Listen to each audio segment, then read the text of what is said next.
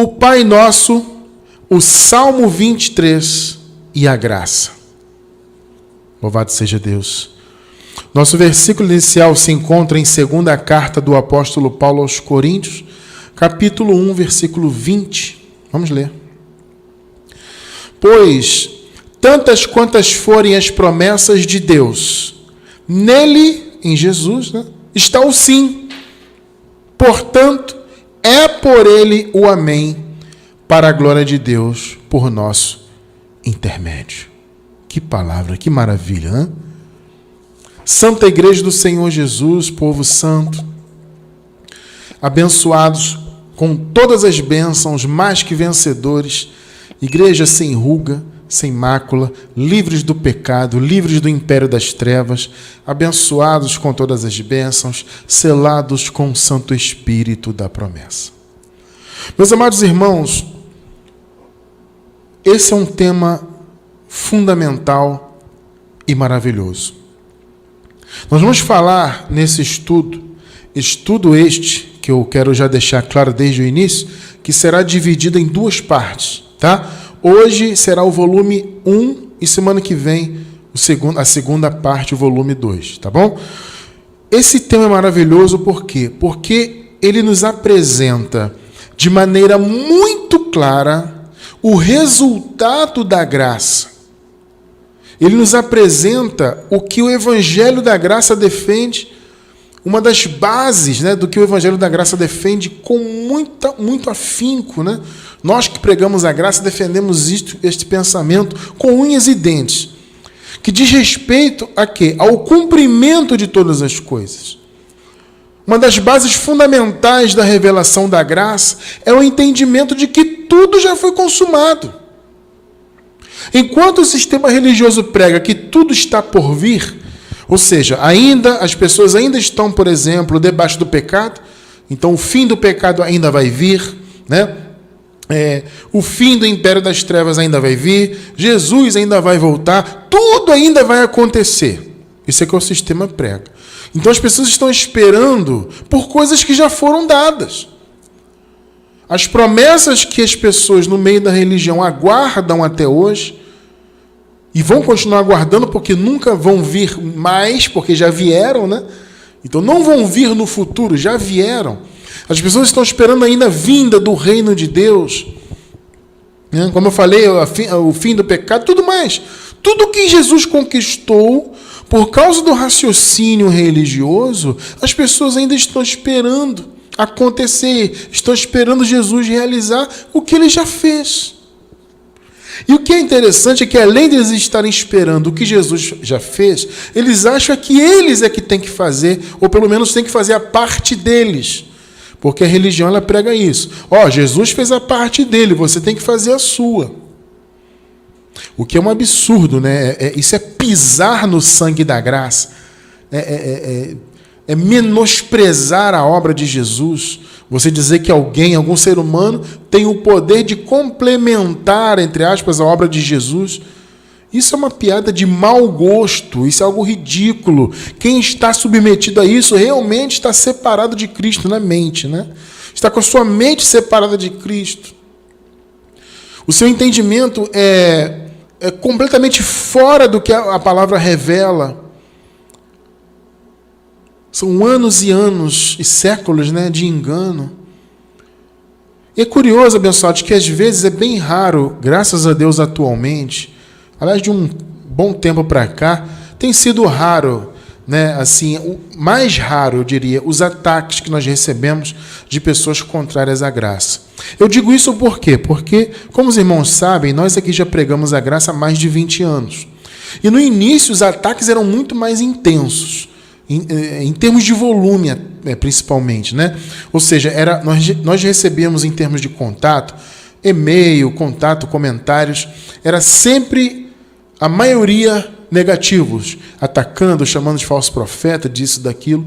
Graças a Deus, como eu falei, até no início, para quem estava no início da transmissão, durante o bate-papo em graça, eu comentei a respeito de que o coração dos irmãos, dos eleitos, está cada vez mais amolecido, está cada vez mais propenso a entender a graça.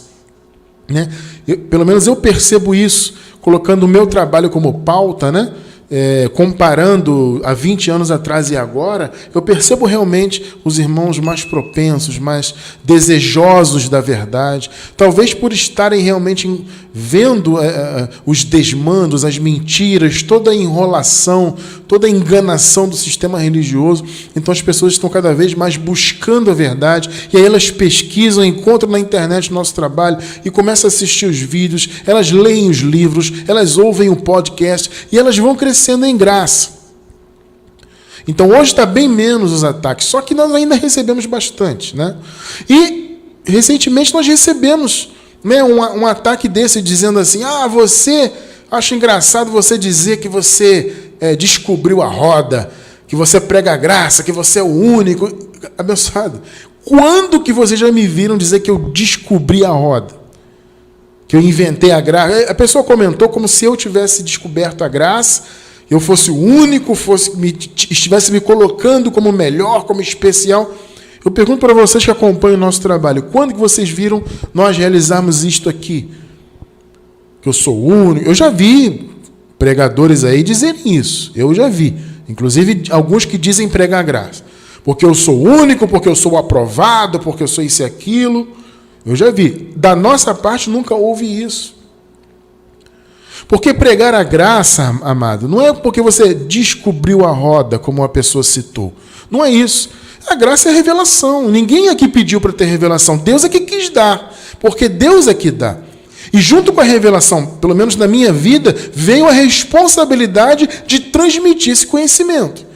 Desde o início, eu comecei a experimentar, que meus olhos foram iluminados, meu entendimento começou a se abrir, que eu senti a responsabilidade de transmitir. Mesmo porque, antes da graça, eu já transmitia a palavra, né? Eu prego a palavra, eu digo a palavra, é porque antes da graça não é bem a palavra de Deus, né? Mas vamos dizer assim, né? Força de expressão. Eu prego a palavra desde os 15 anos de idade. Então, quando a graça foi revelada, eu já tinha esse compromisso de pregar, etc. Então, eu senti o compromisso de mudar o rumo, obviamente, não pregar mais a lei, nem religião, nem legalismo, e mudar totalmente, 180 graus, a mensagem. E a mesma responsabilidade, aliás, a mesma não, até a maior, né? Mas eu digo assim, a responsabilidade que eu tinha em pregar no meio da lei, para a graça, essa responsabilidade se multiplicou a enésima potência. Por isso que eu estou aqui lutando e insistindo há mais de 20 anos com a graça. Porque essa responsabilidade pesa no meu coração de levar essa palavra. Para fazer o povo entender que tudo já foi consumado, que o Senhor já fez a obra, que nós vivemos num tempo de plena graça, espiritualmente plenos. Temos defeitos na carne? Claro, todo ser humano tem. Paulo falou, miserável homem que sou, né? Parece contraditório Paulo falar isso. Ô, Cristiano Francis, como é que pode o apóstolo Paulo falar que ele é miserável? Ele está falando da carne, irmão. Se você ler o contexto, Paulo fala isso em Romanos capítulo 7. Se você ler o contexto de quando ele diz miserável homem que sou, ele está falando da carne. Então, na carne todo mundo tem miserabilidades, né? Debilidades, obra da carne, desejos maus, etc. Na carne todo ser humano tem. Mas espiritualmente nós estamos plenos, completos, nada nos falta. E por que eu posso afirmar isto? Porque Jesus já consumou todas as coisas. Mas, mais uma vez, como a religião não entende, eles seguem aguardando Jesus fazer o que ele já fez, e eles ainda querem acrescentar, como se isso fosse possível, né, a obra de Cristo, através das suas obras, dos jejuns, do paga-preço, do cumprimento de mandamentos, proibições, imposições, e até mesmo as boas obras.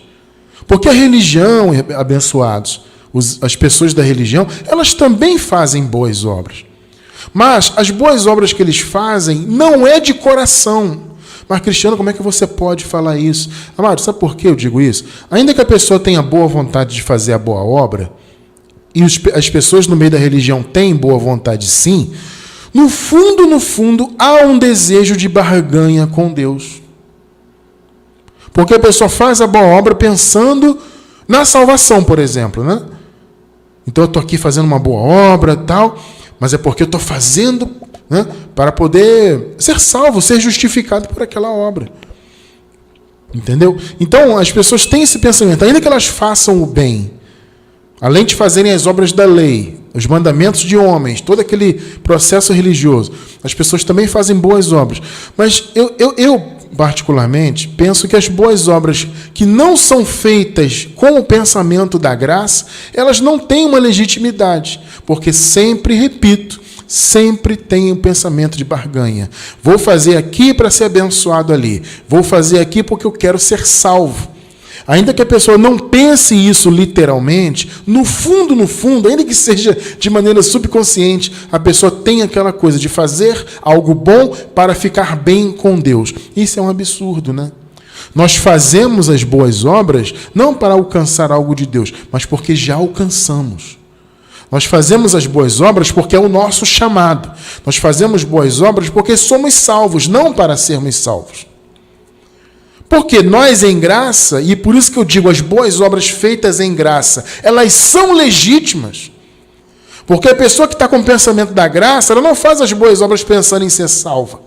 Ela não faz as boas obras pensando em receber algo da parte de Deus. Ah, você é abençoado, eu vou abençoar aqui para que...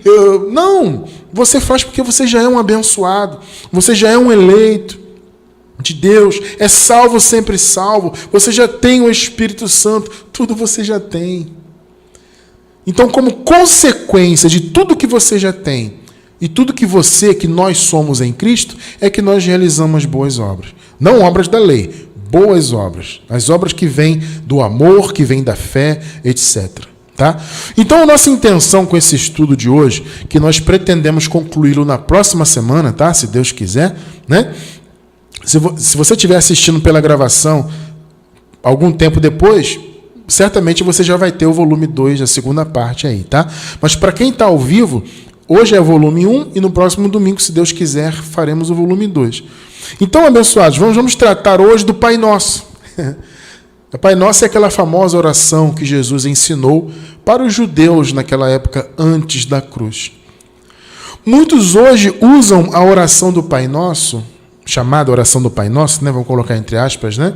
Essa oração que Jesus ensinou aos judeus, muitos a utilizam como um modelo de oração para hoje, né? E muitos até o utilizam mais do que como um modelo, utilizam como uma reza, uma vã repetição. Eu fiz muito isso, amado, principalmente quando eu era pentecostal, né? Porque na época do pentecostal lá havia todas as orações, por exemplo, tinham que começar com Pai Nosso, né? Então, antes de você fazer a sua oração propriamente, de você falar com as suas palavras com Deus, você tinha que orar o Pai Nosso, você tinha que abrir a oração com o Pai Nosso. Pelo menos nas denominações que eu pertenci, era assim. Então, o Pai Nosso, chamado Pai Nosso, né? Popularmente, né? Essa oração de que Jesus ensinou, ela era para nós mais do que um modelo, ela era uma reza. Então, muitas das vezes, você tinha que orar o Pai Nosso, né? E a igreja romana mesmo, católica romana, utiliza até o Pai Nosso, até como penitência, né? Ah, você cometeu um pecado, ora tantas Pai Nossos, tantas Ave Marias. Então, o Pai Nosso para a religião é uma reza. Eles não têm noção do que foi prometido ali, e muito menos de que tudo aquilo já se cumpriu. Então, você pegar o Pai Nosso e o Salmo 23, né, que também é muito utilizado como reza, você pegar esses dois exemplos que nós estamos trazendo no estudo de hoje, e se Deus quiser no próximo estudo também, e você comparar com a graça, você vai ver, você vai ter uma clara certeza, né? Você vai observar claramente, melhor dizendo, que a graça já está consumada. E que aquela oração que Jesus ensinou aos judeus, antes da cruz, é sempre bom que se diga, né? Ainda debaixo da lei, aquela era uma oração profética. Não era simplesmente um modelo de oração. Ou não era uma reza que você tinha que ficar repetindo. Como, né, muitos fazem hoje, eu fazia, muitos de vocês faziam também, né? E até hoje na Igreja Católica é usado até como penitência e por aí vai. Não. O Pai Nosso, a oração chamada de Pai Nosso, né? Eu estou usando o termo que se usa popularmente, né? Então, essa oração chamada de Pai Nosso é, na verdade, uma oração profética. Porque Jesus estava ali fazendo pedidos proféticos que seriam realizados ao fim do período da lei, né? Quando Jesus morresse, ele estava antes da cruz, antes de morrer. Quando ele morresse, e ressuscitasse, obviamente, todo aquele processo, né? Ele morreu, claro, ele ressuscitou, porque uma coisa sem a outra, não, né? Jesus não poderia ressuscitar se não tivesse morrido, e se ele não tivesse ressuscitado, a morte não teria valor algum, né? Então, a morte e a ressurreição, na verdade, foram duas obras, né? Foram dois atos, melhor dizendo, mas podemos dizer que, na verdade, foi uma coisa só, né? Porque um complementou o outro. Então, Jesus morreu e ressuscitou, e ele cumpriu tudo que a lei exigia. Ele nos atribuiu toda a conquista. Você não tem mais que buscar e alcançar.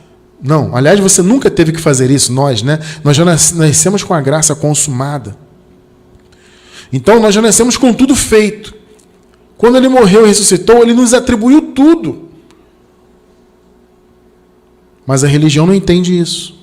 E fica buscando, e fica lutando, e reza ao Pai Nosso, e reza ao Salmo 23. Eles não entendem que tudo já foi consumado. Então vamos dar uma analisada hoje, abençoados, na chamada oração do Pai Nosso, comparando com as promessas já cumpridas, né? Por isso que nós abrimos com essa passagem, inclusive, de 2 Coríntios 1:20, que diz que em todas as promessas nós já temos o sim e o amém. Já temos o sim. Amados, Jesus é o nosso sim. E o amém. O amém é o quê? É assim é. Assim seja, assim é, né? É o amém. Então nós já temos o sim e o amém. Tudo já está consumado. Então vamos dar uma olhada, comparar os pedidos que Jesus fez na chamada oração do Pai Nosso, tá? Então vamos ver alguns... Vamos ver, aliás, todos os pontos, né? E na próxima semana, se Deus quiser, nós veremos o Salmo 23. Então, qual é a primeira frase dessa oração que Jesus ensinou? Pai nosso que estás nos céus. Que está nos céus, né? Observe bem essa frase. Não é bem um pedido, né? Essa frase ela é uma saudação, né? Pai nosso que está nos céus. Pensa bem nessa passagem, raciocina comigo. Essa passagem, essa frase, melhor dizendo, ela é uma realidade plena hoje? Vamos pensar. Você vai dizer assim, Cristiano, sim, é uma realidade plena, porque Deus, o Pai, está nos céus. Tá certo, sim. Mas eu pergunto, ele está apenas nos céus? Aí que é o ponto. Ou o Pai está em nós? Pegou? Então você vê que essa frase já começa com uma frase que está obsoleta. Porque o Pai não está nos céus, ou está também nos céus. O Pai está em nós. Então, se eu fosse orar essa oração hoje como modelo, eu teria que orar assim: Pai nosso que está em mim. Não é? Porque ele habita em mim. Eu, você, vocês, né? Todos nós, minha esposa, todos somos o templo de Deus. E é bom que se diga, é no singular, tá? Algumas pessoas têm o costume de falar os templos. Não, não existem vários templos. Só existe um templo, que é a igreja. E somos todos nós. Tá? Todos nós juntos somos o templo de Deus. Então Deus habita em mim, na minha esposa, em todos vocês, em todos os seus eleitos. Então não é Pai nosso que está nos céus. Naquela época tinha essa conotação de distância, né? Se você for pensar bem, ele está lá nos céus. Porque, amado, antes da cruz o Espírito Santo não habitava no povo de Deus. Vocês entendem? O Espírito foi dado posteriormente à cruz. Então, de fato, o raciocínio era correto. Pai que está nos céus. Não, agora o Pai está em nós. Nós somos a habitação do Pai. Não é um templo de tijolo, de alvenaria, de madeira. Não é templo, não é um espaço geográfico. Entende? O templo é o povo de Deus. A igreja é o povo. A igreja não é um estado. O Vaticano é a igreja católica. Não, esquece isso. Nem igreja católica, nem batista, nem adventista, nem assembleia, nada disso é a igreja de Deus. A igreja é o povo. Eu me refiro às instituições, claro, né? Não é o CNPJ, a placa, o prédio, não é isso que é a igreja, é o povo. E o Pai está no povo. O Pai não está em templo nenhum de madeira, de alvenaria, do que quer que seja. Então, Pai nosso que está nos céus? Não. Pai nosso que está em mim, que está em nós. 1 Coríntios 3,16. Só para pontuar o que eu estou falando com a palavra, né? É uma passagem muito conhecida. É uma pergunta retórica do apóstolo Paulo. Não sabeis vós, Coríntios, que sois o templo de Deus? O templo de Deus. E que o Espírito de Deus habita em vós? Pegou aí ou não? Então é Pai nosso que está nos céus ou é Pai nosso que está em nós? Perceberam, né? Na primeira frase você vê que já está obsoleto. Porque Deus está não mais apenas nos céus, mas é em nós. Nós somos o seu templo, a sua morada. Mas Cristiano, quem mora em nós é o Espírito Santo. Ele é uma outra pessoa. Isso não existe, hein? Tira isso da tua mente. O Espírito Santo não é outra pessoa. O Espírito Santo é Deus habitando em nós. É Deus se estendendo a nós. É o Espírito de Deus, Espírito de Cristo, como Paulo fala, né? Os que não têm o Espírito de Cristo, esse tal não é dele. Então o Espírito Santo é Deus em nós. Você acabou de ler. Vocês sois o templo de Deus e que o Espírito de Deus, que é Deus em nós, né? Habita em vós. Então a primeira frase você já viu que está obsoleta. A segunda frase, santificado seja o teu nome. Eu pergunto, será que o nome de Deus já foi santificado plenamente? Porque se você ora o Pai Nosso hoje, né, como uma reza, uma vã repetição, você está pedindo algo que já foi feito. Porque o nome do Senhor já foi glorificado, já foi santificado. Você quer ver isso na palavra? Vamos ver primeiro Romanos 9:5. O nome de Deus, que é Jesus, transliterado, né? O nome é Yeshua, transliterado Jesus, Cristo. Cristo é o ungido, né? A palavra Cristo é isso, o ungido. Esse nome já foi santificado, porque o nome de Jesus foi colocado acima de todo nome. Romanos 9:5, dos quais são os pais. Aqui está falando dos hebreus, dos israelitas, né? Então, deles são os pais, né? Os que receberam as promessas de Deus no início, né? Como Abraão. Dos quais é Cristo segundo a carne, porque Jesus, segundo a carne, veio dos judeus, né? Jesus, quando nasceu, ele nasceu como um hebreu que era. Agora veja, o qual é sobre todos Deus bendito eternamente. O que Jesus é? O que ele é? Deus bendito eternamente. Porque Jesus abençoa. Amém, né? Deus bendito eternamente. Amém. Então, Cristo descendeu dos judeus, mas agora ele não é mais um judeu. Jesus não é mais um hebreu. Ele é Deus sobre todos. Está percebendo o ponto, né? Ele é Deus sobre todos. Segundo a carne, ele veio da descendência hebraica, israelita. Mas ele agora é Deus sobre todos. Porque Jesus assumiu o trono do Pai. Não existem dois tronos. A religião diz que há dois tronos no céu. Jesus de um lado, o Pai separado do outro, e uma pombinha voando que é o Espírito Santo. Isso não existe.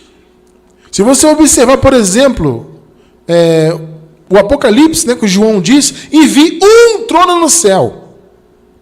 É um trono que há. Você não vê referência a 2 tronos.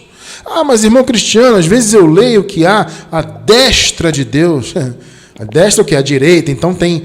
Ah, mas você não pode levar literalmente, né, ao pé da letra. Destra, a palavra no grego significa autoridade. Então, quando diz Jesus está à destra de Deus, ou seja, Jesus se assentou com toda a autoridade de Deus. Entende? Então, Jesus, ele nasceu no mundo como um ser humano, morreu, ressuscitou e foi assunto aos céus.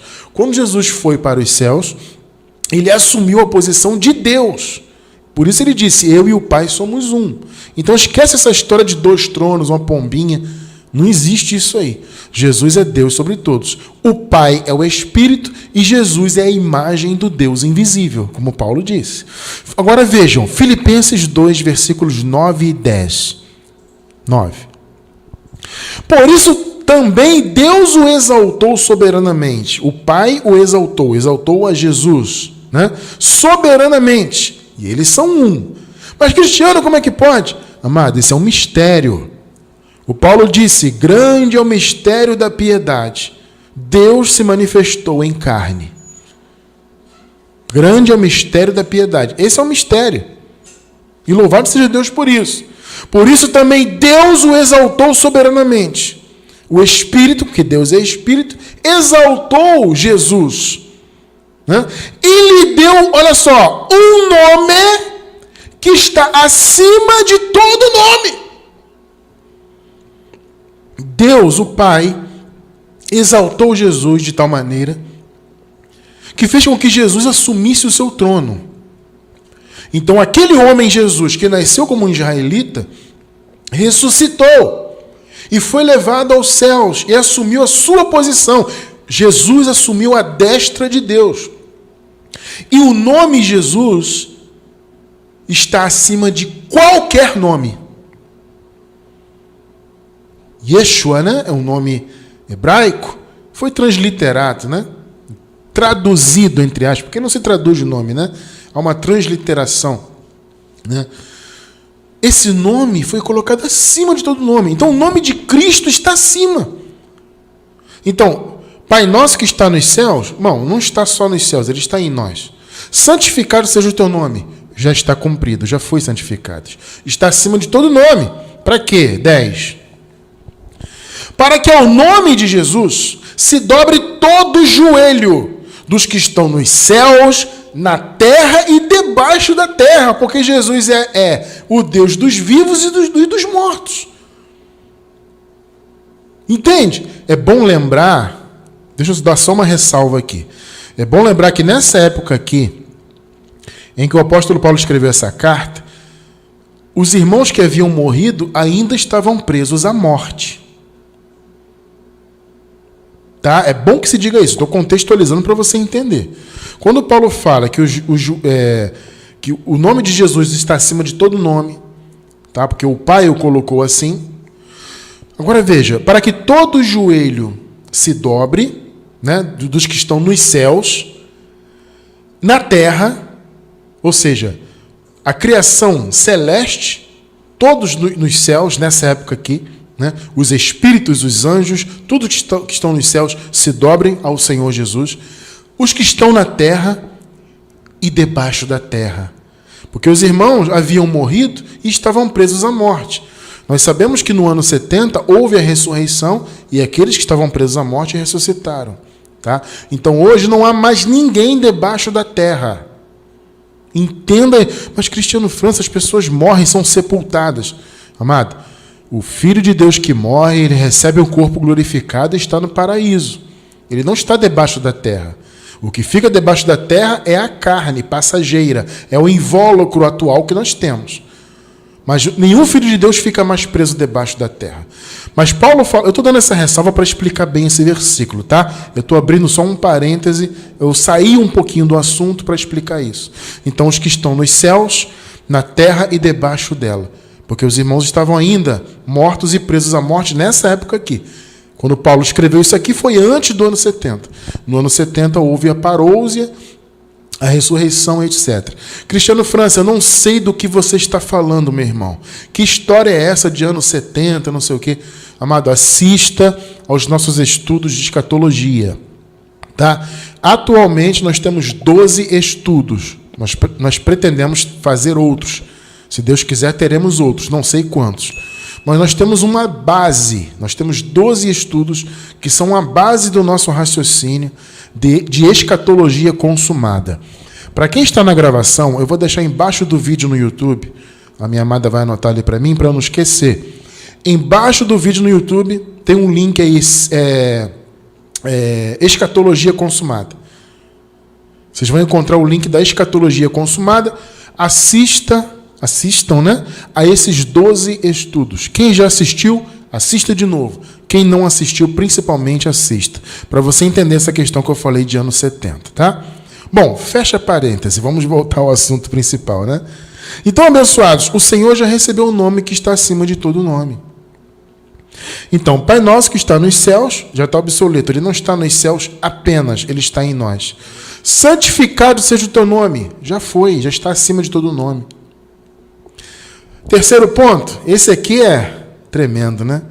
Venha a nós o teu reino. As pessoas estão orando hoje, pedindo o reino. E o reino já veio. Percebem isso? O reino veio. Mas as pessoas estão pedindo o reino. Olha que coisa tremenda. Venha a nós o teu reino. Então, quando alguém reza, eu chamo de reza mesmo, né? O Pai Nosso hoje, e repetindo, sem entender o que significa aquilo, ela está pedindo algo que já veio. O reino já veio. Colossenses 1,13. Vamos ler a parte B, a segunda parte do versículo, tá? A primeira parte eu vou ler mais à frente. Vamos ler agora a segunda. Colossenses 1,13, parte B. Ele nos transportou para o reino do seu Filho amado. Pegou aí ou não? Tremendo, né? Ele nos transportou para o reino. Eles, nessa época aqui, mais uma vez, contextualizando, nessa época aqui, eles foram transportados. Por que, irmão Cristiano, eles foram transportados? Porque eles estavam antes da cruz, estavam debaixo do pecado, debaixo da lei, da maldição.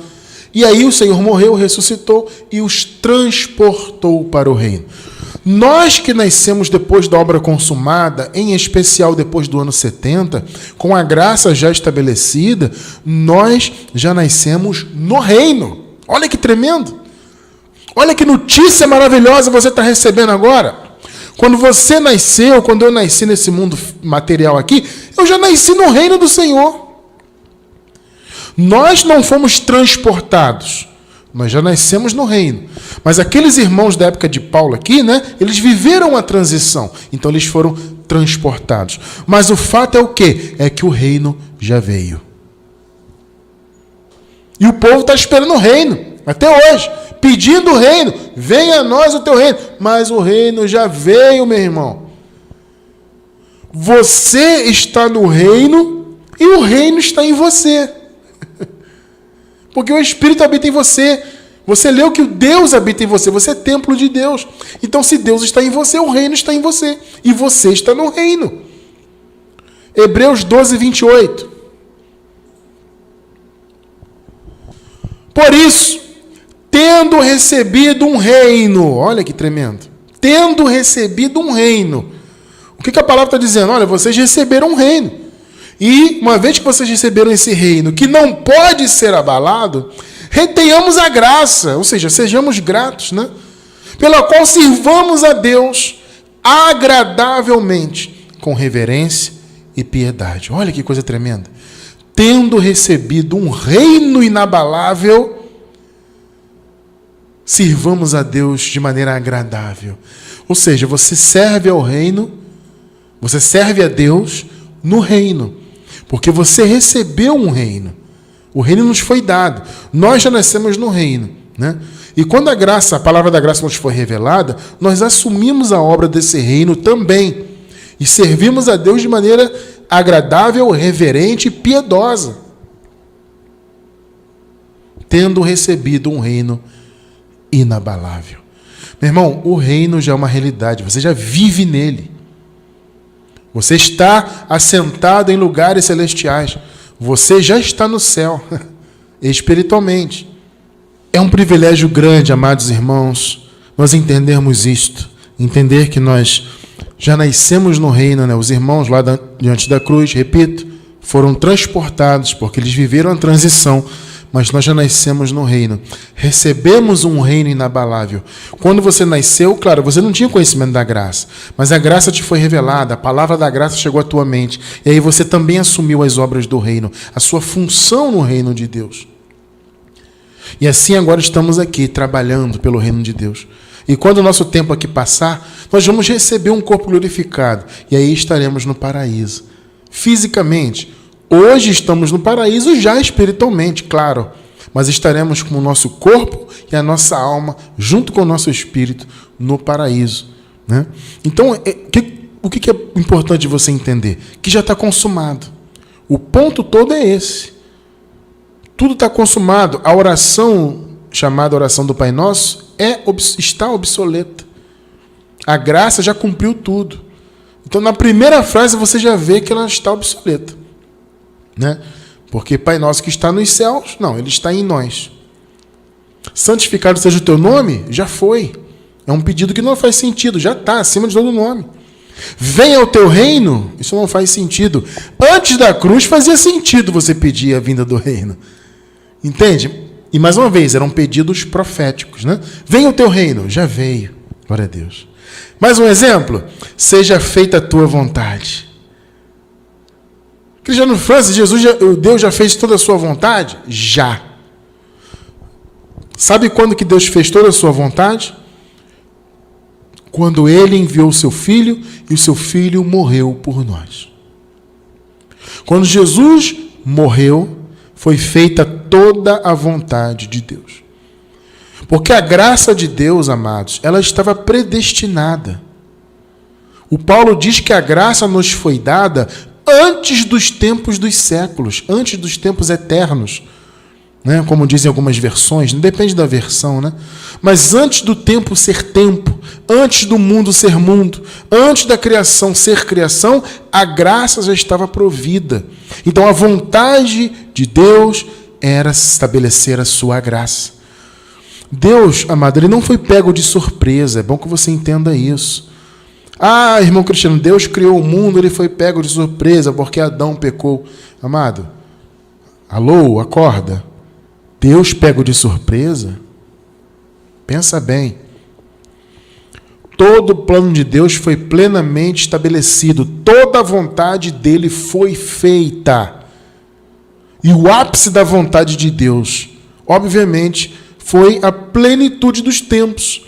A vinda de seu filho, nascido de mulher, nascido debaixo da lei, que cumpriu a lei, que morreu pelo seu povo, ressuscitou e depois voltou em julgamento sobre Israel no ano 70. Foi feita a vontade de Deus. Então, quando você pede hoje, seja feita a sua vontade, eu estou falando no sentido macro, tá, gente? Vamos entender isso aí, tá? Eu estou falando no sentido macro. É claro que existe a vontade de Deus no sentido micro, né? Quando você diz, poxa, vou dar um exemplo, né? Esse ano eu vou, sei lá, fazer uma faculdade. Se esta for a vontade de Deus, individualmente na tua vida, você entende?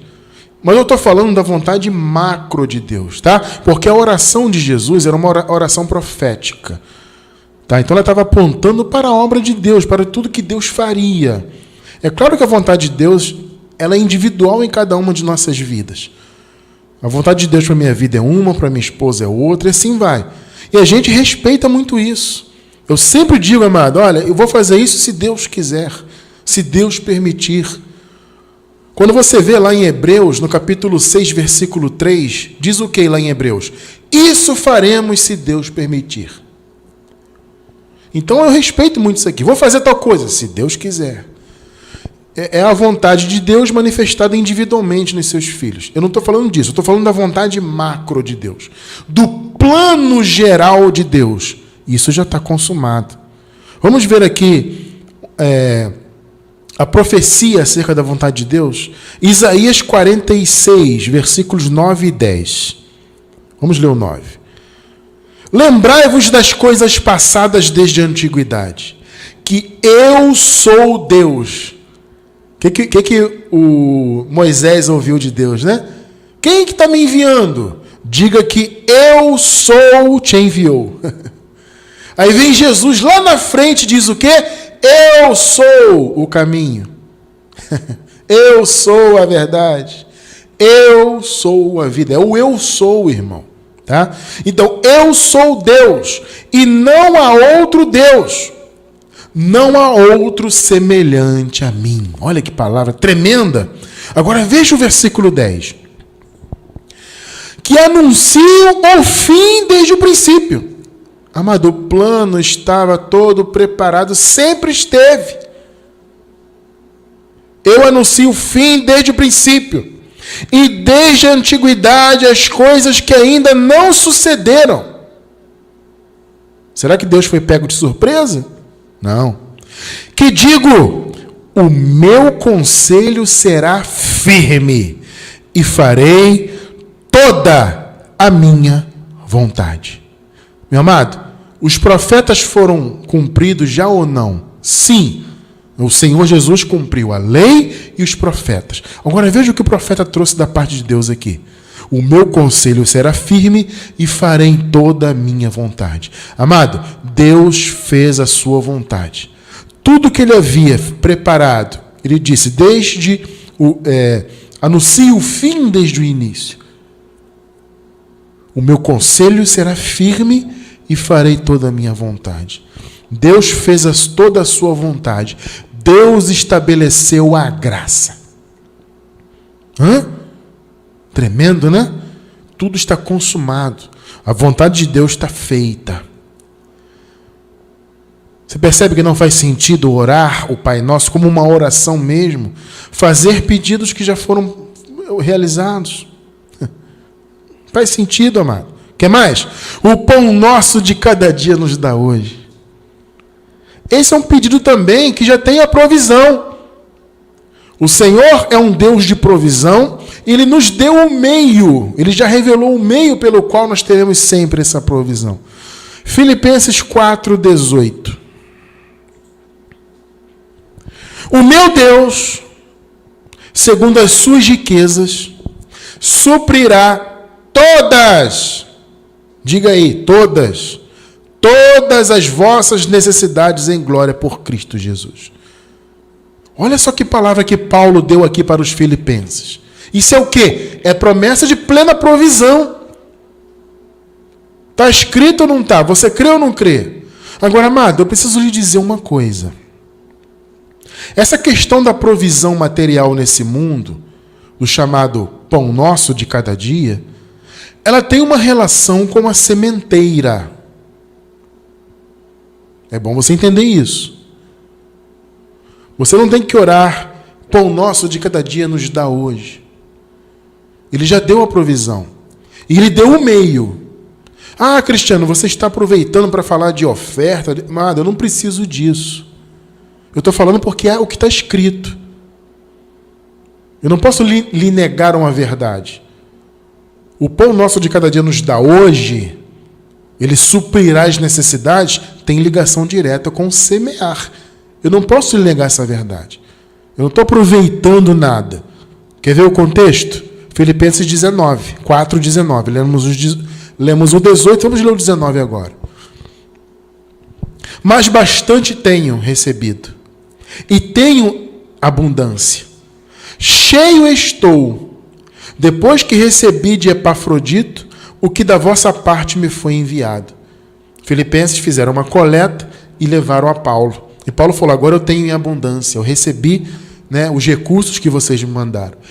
Como cheiros de suavidade, cheiro suave, e como um sacrifício agradável e aprazível a Deus. Você viu o contexto? É importante você ver isso aqui. Deus suprirá todas as vossas necessidades. Mas isso está relacionado com o quê? Com a semente que os filipenses deram para Paulo. Eu posso lhe negar essa verdade? Não. Eu estou me aproveitando para falar de oferta? Isso é uma bobagem. Não preciso disso. Você está entendendo o ponto? Entenda isso, amado. É plantar e colher. A provisão está dada. O caminho já foi dado. Você quer ver mais uma vez a relação do pão nosso com a sementeira? 2 de Coríntios 9:10. Ora, veja só. Aquele que dá semente ao que semeia, também vos dará o quê? Pão para comer. Olha o pão nosso de cada dia aí. Agora veja, aquele que dá semente a quem? Aquele dá semente ao que semeia. Irmão, está escrito. E veja só, não é só provisão ministerial, não. Como foi no caso dos filipenses, né? Os filipenses fizeram uma oferta, uma coleta, entregaram para Epafrodito, e este Epafrodito foi lá e entregou a Paulo. Isso foi o quê? Uma provisão ministerial para o Paulo, para ele seguir a jornada dele. Aqui no contexto de 2 Coríntios, o contexto se refere a uma coleta que foi feita para ajudar as igrejas. Algumas igrejas que eram mais pobres, né? Aquela história que vocês já sabem, né? Então, algumas igrejas que eram pobres fizeram uma coleta para ajudar as igrejas da Judéia, que eram mais pobres ainda. Então, eles fizeram também uma semente. Quando você semeia, seja uma provisão ministerial, como foi no caso de Paulo, ou uma ajuda que você dá para alguém, aquela história toda, você mata a fome de alguém, você dá um prato de comida para alguém, essas coisas são sementes que você planta. Então, quando você se torna, por exemplo, um semeador, dando uma provisão ministerial, eu vou semear aqui nesse ministério, porque o ministério precisa de recursos para avançar, para crescer, para investir, para que a palavra corra. Amém. Isso é semente. Quando você dá um prato de comida para alguém, isso também é semente. Então, o pão de cada dia, ele já está provido, mas Deus ele dá um caminho para você ter essa provisão, né? Como Paulo disse, olha, vocês me supriram, Filipenses. Então eu digo para vocês, Deus suprirá também as vossas necessidades. Por quê? Os filipenses plantaram no ministério do Paulo. Então Paulo disse, olha, Deus também vai supri-los. Porque é uma consequência natural, você planta, você colhe. Então, amado, está provido. Quer um outro exemplo agora? Perdoe as nossas dívidas. Isso é tremendo, né? A gente sempre orava pensando, eu sou um pecador, meu Deus, perdoa as nossas dívidas. E quando eu orava o Pai Nosso, eu vou contar um segredo para vocês. Eu sempre dava uma ênfase nessa parte. Por quê? Porque eu sempre me via em pecado. Por mais certinho, entre aspas, que eu fosse como religioso, e eu era um religioso ali ferrenho, né? E vocês já sabem, eu já falei isso muitas vezes, né? Cumpridor de tudo e todo preocupado, etc. Ainda assim, a minha mente era só má consciência de pecado. Sou pecador. E quando eu orava o Pai Nosso, eu dava uma ênfase, perdoe as nossas dívidas. Mas por que eu orava isso e pedia isso? Porque eu não entendia que as dívidas já tinham sido pagas. Ele já cancelou a dívida. Aliás, melhor dizendo, eu nasci sem dívida. Minha esposa, vocês, todos nós. Porque as dívidas foram pagas dos irmãos que viveram debaixo das dívidas. Lá da igreja primitiva. É sempre importante fazer essa ressalva, né? Você entender os contextos dos tempos. Os irmãos que viveram na igreja primitiva, eles viveram o período anterior à cruz. Eles viveram a dívida que a lei impunha. Então, a dívida deles foi paga. E nós já nascemos sem dívida. Você recebe essa palavra? Amém ou não? Colossenses 2,14. Tendo cancelado o escrito de dívida que era contra nós. Está vendo? Eles estavam lá debaixo, antes da cruz, debaixo de dívidas. Nas suas ordenanças. Ou seja, quem ou o que impunha as dívidas? Era a lei. A qual nos era prejudicial. Porque os colocava debaixo de maldição, debaixo do império das trevas. Atirou do meio de nós, encravando-a na cruz. A dívida foi tirada do povo. E nós, portanto, já nascemos sem ela. Você já nasceu livre do pecado, livre de condenação, percebe? Porque você já nasceu com a obra totalmente consumada. Nós não vivemos o período de transição de lei para a graça. Nós já nascemos com a graça estabelecida. Percebe como a oração do Pai Nosso, chamada oração do Pai Nosso, está totalmente cumprida? Quer mais um exemplo? De pedido? Não nos deixe cair em tentação. Olha, tremendo, né? A palavra tentação no grego, ela também significa provação, né? Então poderíamos traduzir também assim: não nos leve à aprovação, ou não nos deixe cair, não nos deixe sucumbir no meio de uma provação. O raciocínio é mais ou menos esse. Então não nos deixe cair em tentação, não nos deixe ser provados. Amados, vejam só a provisão disso aqui. 1 Coríntios 10, 13. Não veio sobre vós tentação senão humana, mas Deus é fiel. Olha que palavra. Olha a resposta ao pedido da oração que Jesus ensinou. Jesus disse: não nos deixe cair em tentação, ou não nos deixe sucumbir diante de uma provação. Deus é fiel, que não vos deixará tentar ou serem provados acima do que podeis. Antes, com a tentação, dará também o livramento para que possais suportar. Olha que palavra. Por que você tem a provisão do livramento de toda a provação nesse mundo? Tentações, provações, que são sinônimos, né? São lutas. Por que você já tem essa promessa? Primeiro, porque Jesus orou isso aí. Ele ensinou isso aí como uma oração profética. E ele mesmo realizou.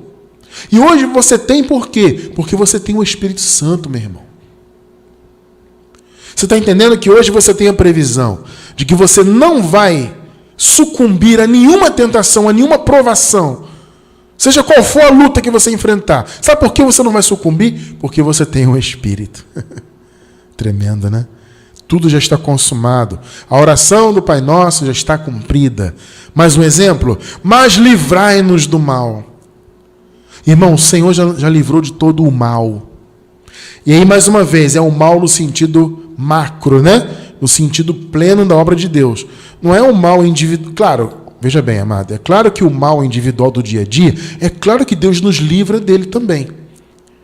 Né? Você tem a proteção de Deus na tua vida, quando você ora a Deus. Claro, quando você também faz a sua parte, né? Porque aí sim tem que fazer a sua parte, né?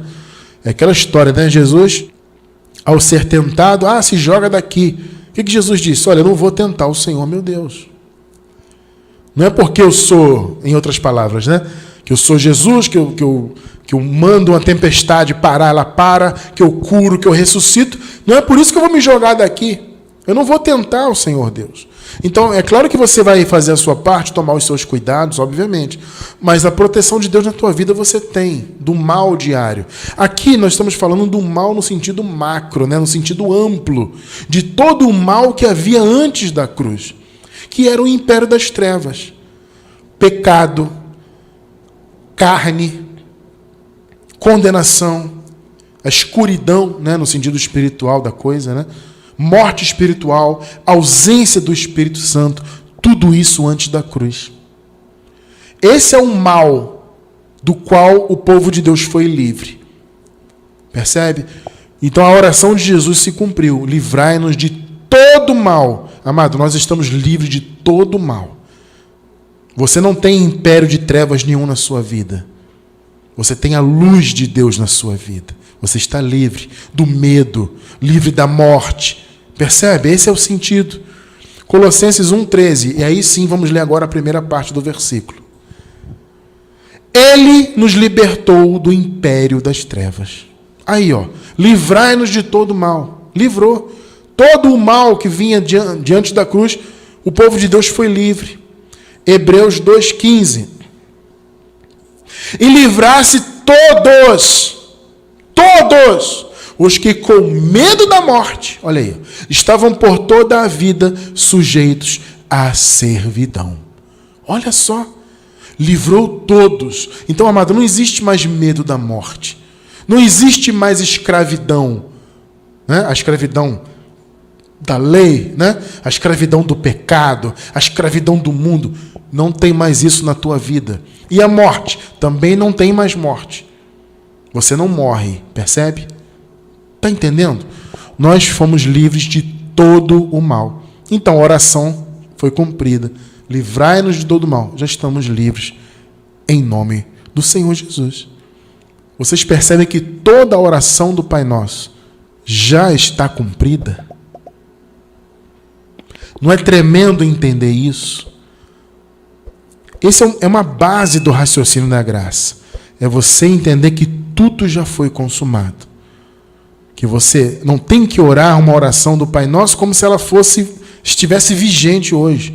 Essa oração que Jesus ensinou foi uma oração com pedidos proféticos que ele já realizou. Glória a Deus. Eu encerro com Mateus capítulo 6, versículo 13. Também a segunda parte do versículo. Só para a gente encerrar com chave de ouro.